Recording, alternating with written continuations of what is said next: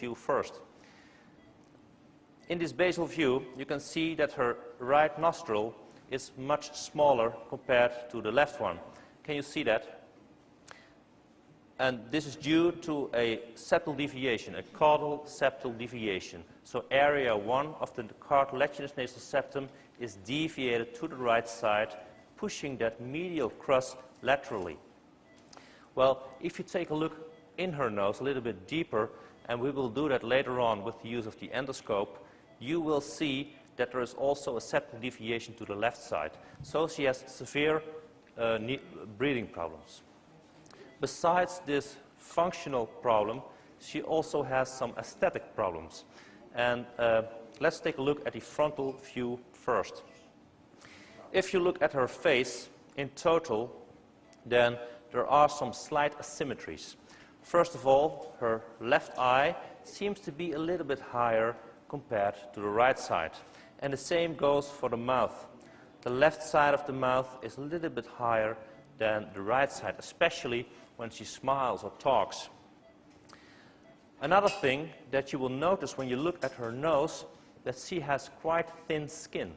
Actually, she has a very thin skin, and on one hand, this is in our favor because a patient with thin skin makes it possible to create more refinement and definition, but on the other hand, every irregularity will show through the skin. So we have to be aware of that, and probably we will have to camouflage certain areas at the end of surgery in order to avoid such problems in the future.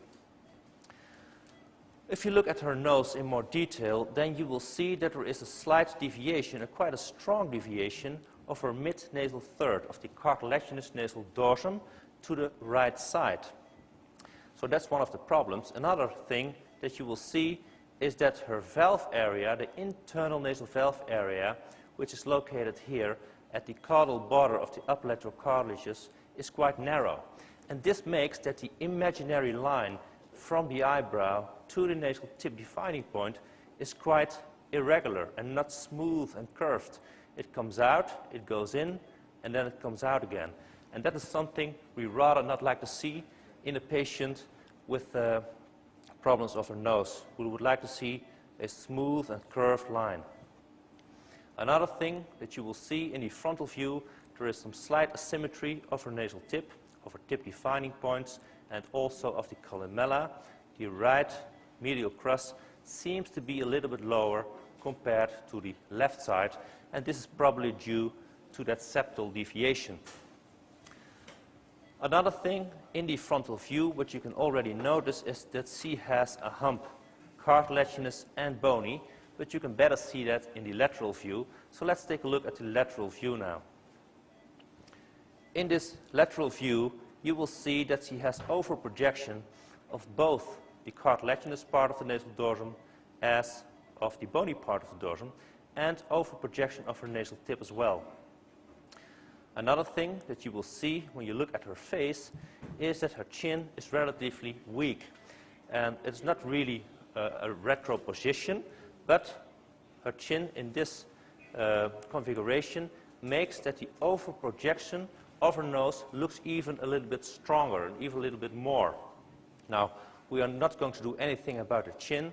I think when we deproject her nose, her tip, and her dorsum, we can bring it in better harmony.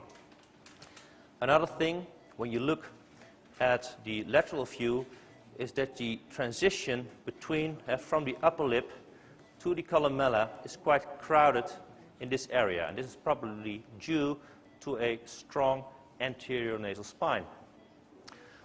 So what we are going to do is a rhinoplasty through an external approach.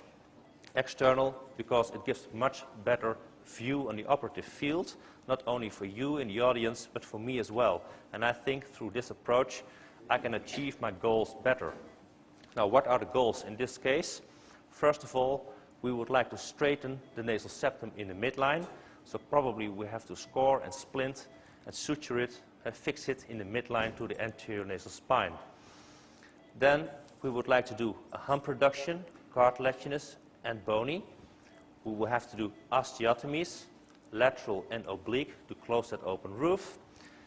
And we have to get rid of this deviation in her mid-nasal third, probably with the use of spreader grafts, especially a spreader graft on the left side, because there's a lack of volume on this side.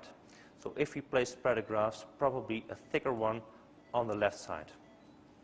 Then we go to the nasal tip. We want to have symmetry of the tip defining points, symmetry of a columella, and of course we want to deproject the tip. Well, because we are going to do the external approach, we distort all the major tip support mechanisms, and probably due to this disattachment and lowering the septum, this might be enough deprojection of the tip. But if this is not enough, we can also do a medial crural overlay and a lateral crural overlay. So we will see what happens during surgery, and then